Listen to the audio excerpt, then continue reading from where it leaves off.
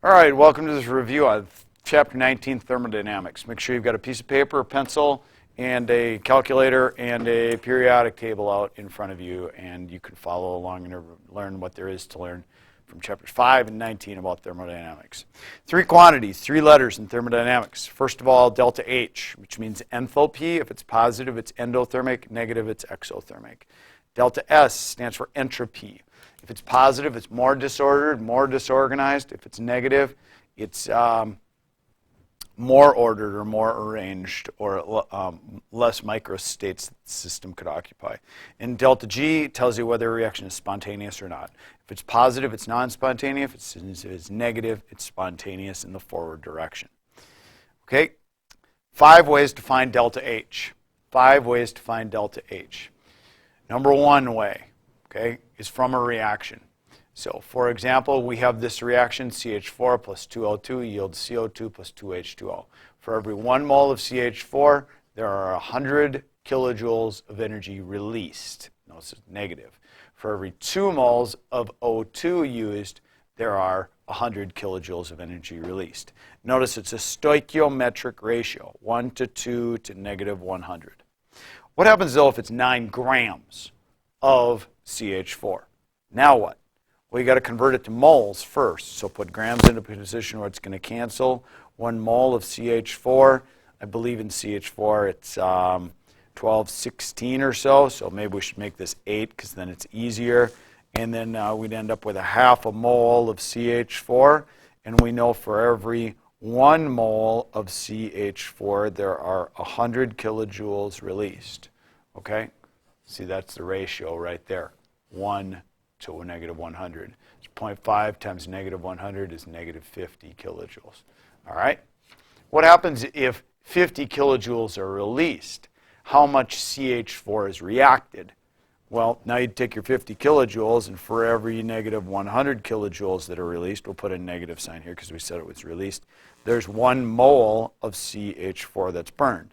So 50 divided by 100 gives you 0.5, so there were 0.5 moles of CH4 that were burned. See how you can get either one of these pieces of information and then from the equation find them out. So that's one way to find delta H. Number 2, Q equals mc delta T using calorimetry. M stands for mass, C is specific heat, delta T is change in temperature, temperature final minus temperature initial. This equation is given to you on the periodic table underneath thermodynamics. About halfway down, Q equals mc delta T right there. Okay? From a bomb calorimeter, where Q is equal to the negative heat capacity of the calorimeter times the change in temperature of the calorimeter. Not a common thing, but it has shown up before as well. Q, lots of times, is analogous to delta H. And so you'll see this equation right here given on the periodic table, but written as positive for the calorimeter. And so they'll write it as heat capacity delta H divided by delta T. And they'll write it like this. C is equal to delta H divided by delta T. It's listed right here on the periodic table, right below Q equals mc delta T for a bomb calorimeter. Okay? Another way, 4th way, is from Hess's law. Hess's law, remember, is where you add 2 or more equations together, or subtract an equation, or flip an equation around to get another equation. So on page 189, Brownlee-Burston, you can see an example of this using Hess's law. You can see here, when you add 2 equations together, you add the enthalpies to get the total enthalpy. Okay, a couple of examples are right down here. And in this one, you had to manipulate these equations to get this one. Remember, if you flip the equation around, you change the sign. If you add the 2 equations together, you add the 2 delta H's. If you multiply an equation by a number, you multiply the delta H by that. If you divide an equation by a number, divide the equation by that. Remember those processes. Next one is using the enthalpy tables, where you take the enthalpy of formation of the products minus the enthalpy of formation of the reactants. They'll give you a small table on the test many times, and you just use that to find the change in enthalpy for the reaction. And lastly is bond enthalpies. 6th way is using bond enthalpies, and this was talked about in Chapter 8 of the 10th edition of Brownlee-Burston. And in this one, they took bonds broken minus bonds formed. Remember, it's the summation of the bonds that are broken minus the summation of the bonds that are formed, and this is to give you the delta H of the overall reaction, okay?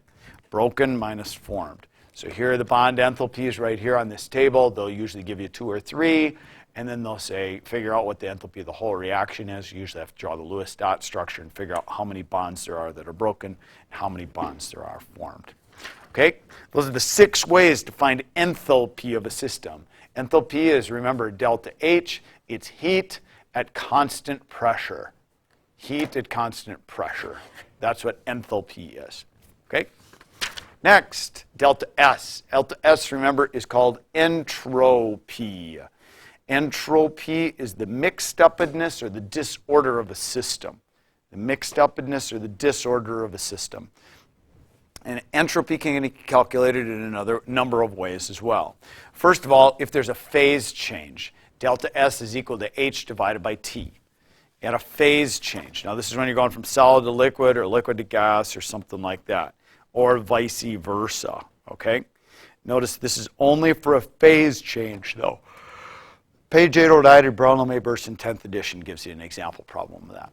Qualitative predictions. Qualitative means non-numerical. When you go from a solid to a liquid or a solid to aqueous or a solid to a gas, you're going to have more disorganization because you know the most organized state is a solid. Okay? When you go from a liquid to a gas, you're generally becoming more disorganized, and so entropy would be positive. When you go from 1 mole of gas to 3 moles of gas, you become more disorganized because there are more microstates for the system to exist at. Using absolute entropy tables. These are in the back of the book, in Appendix C, I believe, in Brownlow-May Burston 10th edition. And here they list the absolute entropies of a system right here. And you can see that they all have numerical values for just about everything. They'll have a list of those guys, and you find it that, notice they're in joules per mole Kelvin as well, whereas delta G and delta H are in kilojoules per mole. Okay, they're in joules per mole. So these you find the same way that you find delta H, where you'd find the delta S of a reaction is equal to the absolute entropies of the products minus the absolute entropies of the reactants. They usually put a little circle right up here, meaning they're at standard conditions. And remember, standard conditions for thermodynamics is 298 K or 25 degrees C. Okay, 298 K or 25 degrees C. All right, third big letter in this chapter, delta G. Delta G, remember, stands for Gibbs free energy, and it tells us if it's spontaneous or not.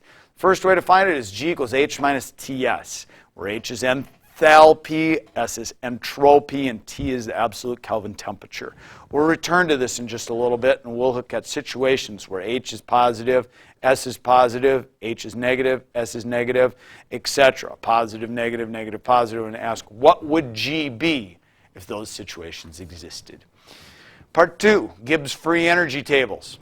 You can use the Gibbs free energy tables like they are in Appendix C right here. And notice they're in kilojoules per mole. And it tells you the Gibbs free energy of formation for all kinds of substances. Notice there's 0 for pure substances, pure elemental states. And then you do products minus reactants. Products minus reactants. That gives you the Gibbs free energy of a reaction. It'll tell you whether a reaction is spontaneous or not. Remember, if it's negative, it's spontaneous. If it's positive, it's non-spontaneous in the forward direction. Non-standard conditions. G at non-standard conditions would be equal to delta G at standard conditions. That's what the little circle here means. Remember, 298 K, 1 molar solution, 1 atmosphere, etc., plus RT natural log Q. R, remember, has to be in kilojoules per mole Kelvin. Okay, so be careful with that. So 0.00831. T has to be in Kelvin, and then natural log of Q. And remember, Q is the reaction quotient. Products divided by reactants to the power of its coefficients at those non-standard conditions. You can also find G by knowing K, or the equilibrium constant. So if you know K, you could find G by saying negative RT times the natural log of K is G. Be careful, watch your units of R to know what your units of G will be. If you use 8.31, remember it's in joules. Okay, convert it to 0.00831 if you want G in kilojoules. Or conversely, you can just solve it directly for K. Using G, you can find K. That's finding it. Now let's take a look at a specific look. So what is G in G equals H minus TS if we have these various signs for H and S? Let's start from the bottom and work up. From the bottom, work up. If H is negative and S is positive, notice that's going to make my TS term negative. What would G be? Negative and a negative? It would end up being negative, and that means it's always spontaneous. Always spontaneous. So you can think of it this way. If it's exothermic and if it's more random, it's going to be spontaneous no matter what. No matter what the temperature is.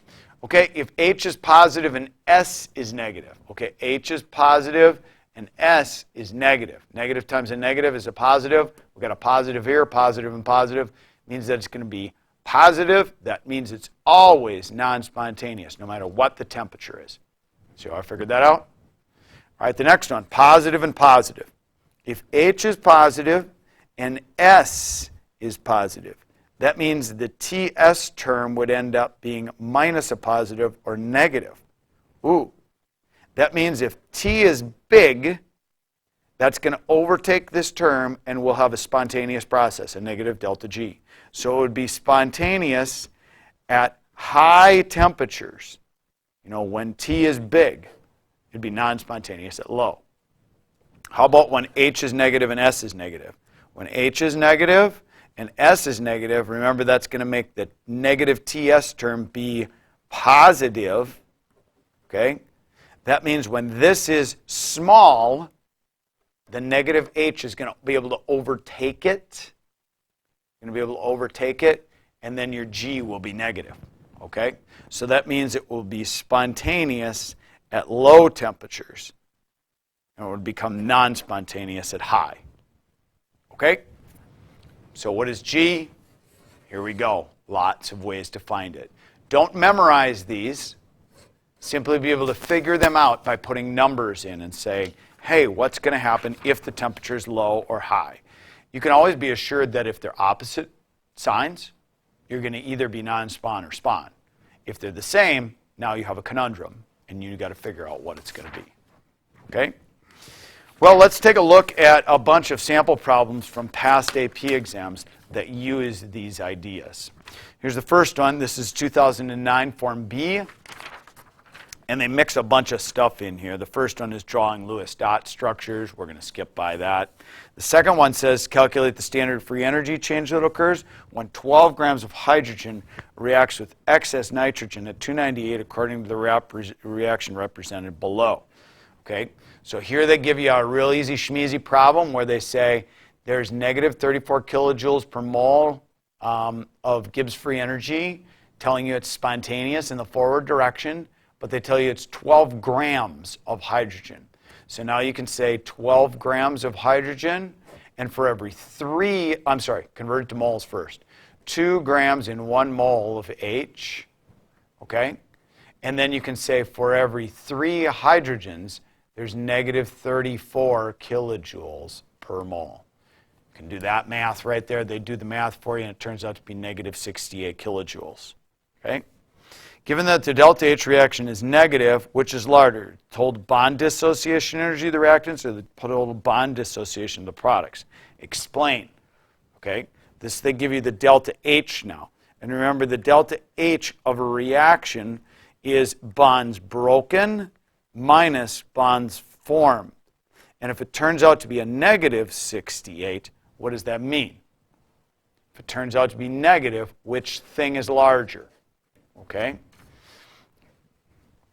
Bond energy reactants minus the products. Based on the equation B of, to be negative, the total bond energy of the products must be larger than the total bond energy of the reactants. One good way to figure that out. On the back side, they ask a question about S.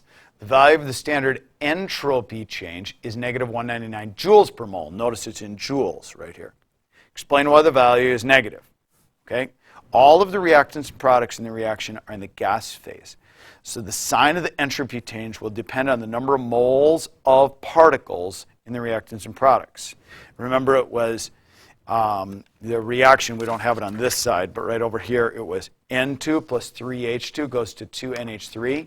See how there's 4 moles of gas on this side and 2 moles on this side.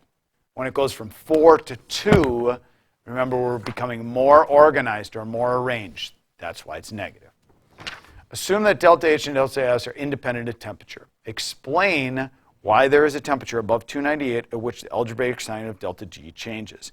Well, we know we have a negative delta S, and we know we have a negative delta H. We just talked about this. When you have two that are the same sign, we have a quandary. G equals H minus TS. When this is negative, that forces this term to be positive, and this, of course, is negative, and if it's negative, that means it's spontaneous. Once this number gets too big, now all of a sudden the positiveness of this negative TS sign overtakes the negative delta H, and then it becomes non-spontaneous. That's what they describe right here. You need to be able to describe that in your own words.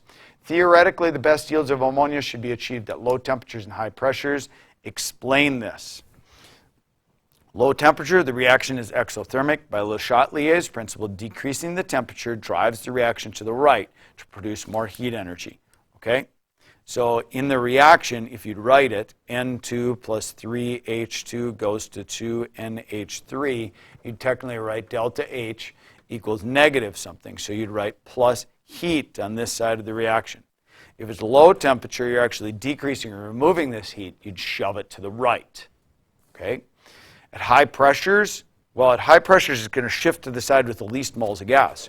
We have 4 moles of gas on this side, 2 on this side. So it'll shove to the right to where there's less moles of gas. Less moles of gas if you increase the pressure.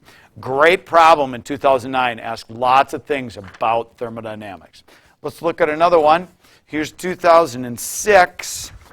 It says determine the value of the standard enthalpy change for the combustion of CO with the following information. Here they give you 2 reactions, and they want you to find the delta H for this reaction right here.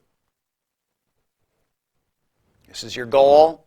Here are my 2 reactions. What do I have to do to manipulate these 2 reactions to find this? Okay? Take this one right here, and notice that I flipped it. Take this reaction right here and leave it the same. Add the 2 together, and I end up with this reaction. If I add the 2 reactions together, I have to add the 2 enthalpies, and then I end up with negative 283. Okay? Great. Hess's law problem. Next, determine the standard enthalpy change for the combustion of CO at 298 using the following table. So here's a table. Here's this. They'll want you to do products minus reactants from this table. Let's look at their math.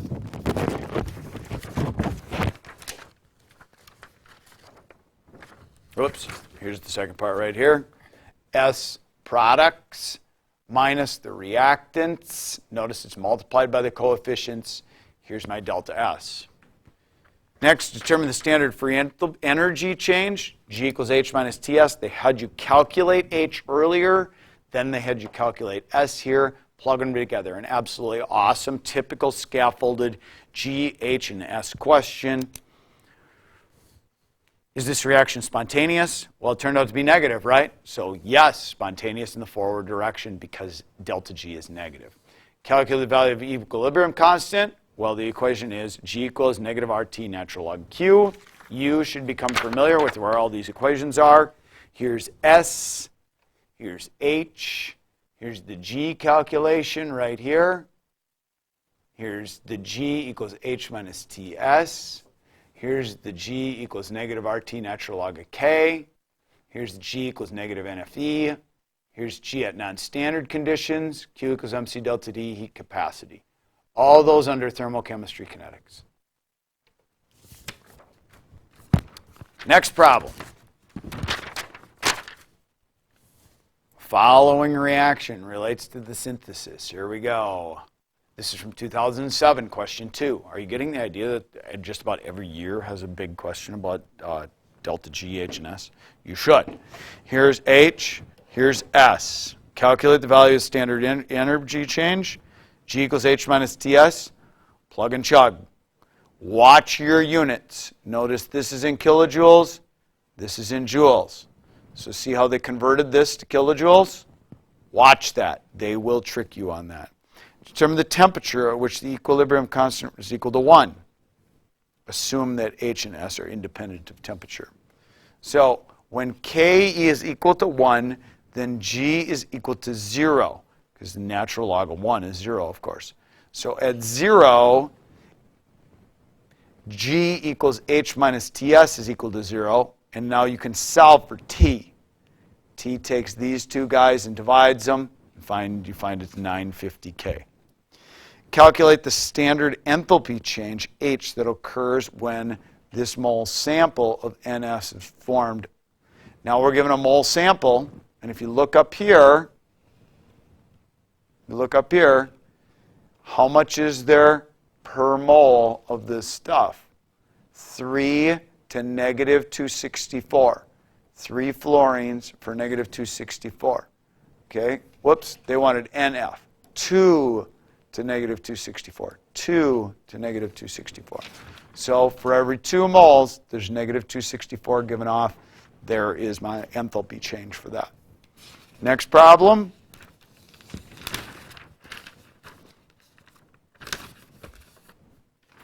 The enthalpy change for the reaction is the difference between the energy absorbed in breaking bonds in the reactants and the energy released by bond formation of the products.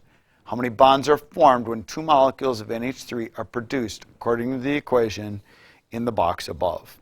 There's 6 NF bonds formed. You have to draw the Lewis dot structure there. N, F, F, F, and you know that the stoichiometry is 2, so it's 1, 2, 3 times 2, 6 formed. Use both the information above and the box table below to calculate the enthalpy of the FF bond. So now you got to look back at the equation. Remember, there were 3 FF bonds, and then there was a nitrogen-nitrogen bond here. Okay, this was the equation written in terms of Lewis electron dot structures. And remember, it's bonds broken minus bonds formed. So this would be the bonds broken over here, 3 times the FF bond. And the NN bond would be 946 minus the bonds formed right here, and there would be 6 of the NF bonds, which are 272 each, and this would be equal to the delta H of the reaction, which you calculated, or actually were given, on the previous page. And we'd solve for this FF. Notice how they have you set up an equation like this and solve for that one bond. Okay? Here they go through. Bonds formed minus bonds broken turns out to be negative 1 or positive 141. Bond energies will always be positive. Bond energies will always be positive. Bond energies will always be positive because you have to put energy in to break the bond. Okay, next one, question 6. A reaction mixture of N2O4 and N2 is at equilibrium. This is part C of a particular problem from 2008. Explain why the concentration of N2O4 decreases. Uh-oh, I'm missing the actual question here. Yeah, I don't have the equation. Going to need the equation to be able to do it. If you want to take a look back in 2008, check out question 6. They got a great one there that asks about Le Chatelier's principle, KEQ, and a little bit more of that stuff. We'll come back to that one. Let's try this one, 2010. 2010. Student performs an experiment to determine the molar enthalpy of solution of urea. The student places this much grams of water in a coffee cup calorimeter and immerses the thermometer in the water. After 50 seconds, the student adds 5.3 grams of solid urea, also at 25 degrees Celsius, to the water and measures the temperature as it dissolves. Plot of temperature data is shown. So notice it goes from 25 down to a little below 22.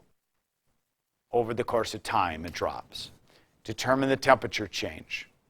Temperature final minus temperature initial, right here. According to the data, dissolution of urea in water is an endothermic process or exothermic process? Justify your answer. Well, you started at 25, you ended at 21.8. The process is endothermic. The decrease in temperature indicates that the process dissolving urea required energy. Energy was absorbed, and therefore the thermometer, which is part of the surroundings, got colder. Okay? Next side. The student mixes,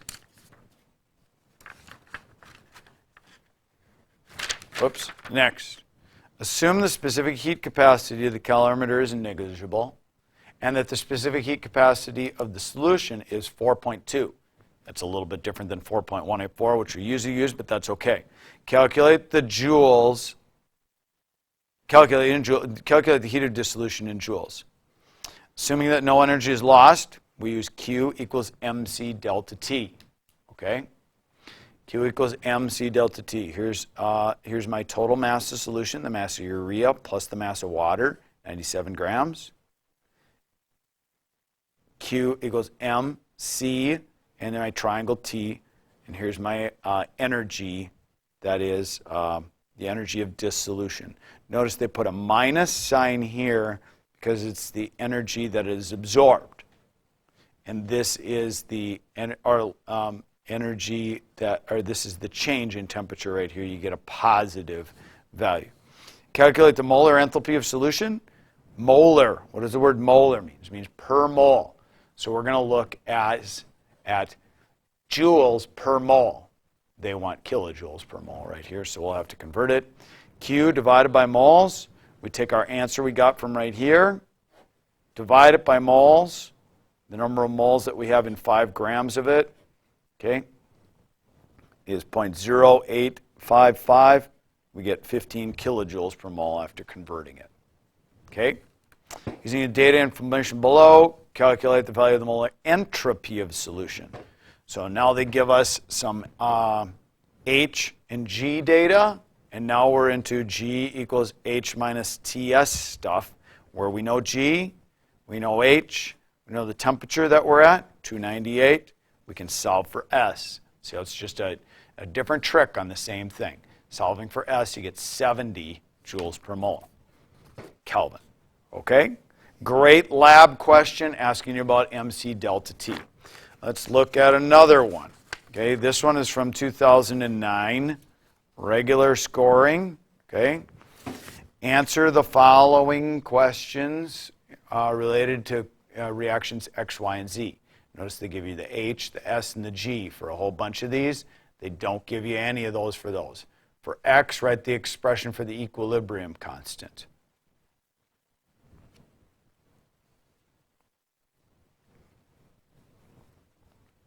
Pressure of CO times H2 divided by the pressure of H2O. Notice in the gaseous phase, so you include it. For X, will the equilibrium constant increase, decrease, or remain the same if the temperature rises above 298? If you change the temperature, K changes. Notice we've got a positive delta H, okay? And so we would put heat as a reactant. If we add heat to it, it will shove the reaction to the right, increasing the amount of these guys. Therefore, this part right here will increase. K will increase. Le Chatelier's principle indicates it will shove to the right because we're adding a reactant to it. Okay, next page.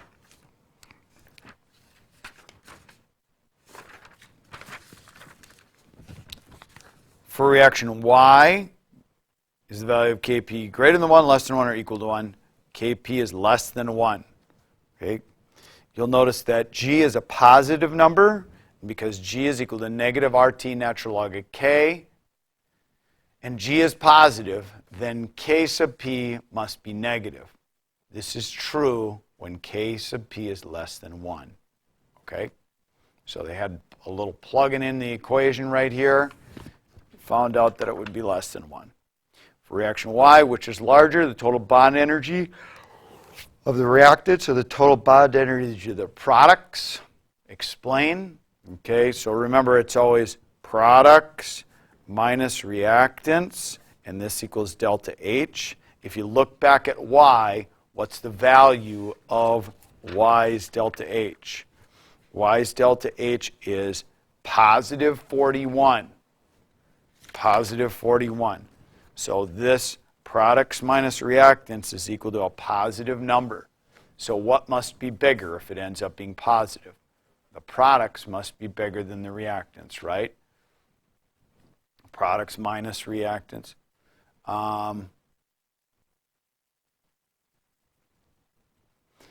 Reaction Y is endothermic. Therefore, the net input energy of the reaction occurs. The total energy required to break the bonds to the reactants. Golly, I have this written wrong. I'm sorry, it's a little late.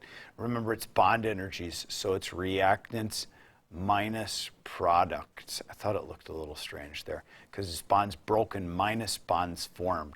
So this must be bigger than this. So the reactant energy is larger than the product energy. My apologies. Read this through again. The total bond energy in the reactants is larger. Reaction Y is endothermic. It's got a positive 41 kilojoules per mole. So there must be an input for the reaction to occur. Therefore, the reactants' energies have to be bigger than the products. If I don't edit this out, please forgive the error there. Is the following statement true or false? Justify your answer. On the basis of the data, it can be predicted that Y will occur more rapidly than X. Be careful now. Look at the data in the data table. They just give you H, S, and G. Do H, S, and G tell you if a reaction is spontaneous or not? Sure. If G is negative, it's spontaneous, right?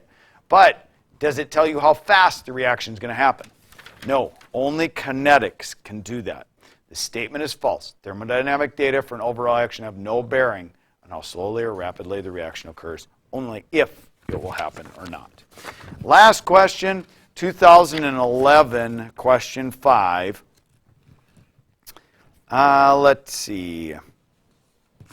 There was a part in here that had some enthalpy questions. So you'll see this is a great mixed problem. It's question 5. First thing they do is have you write a Lewis dot structure and confuse you and think, oh, it's chapter 9, chapter 8, chapter 9 stuff.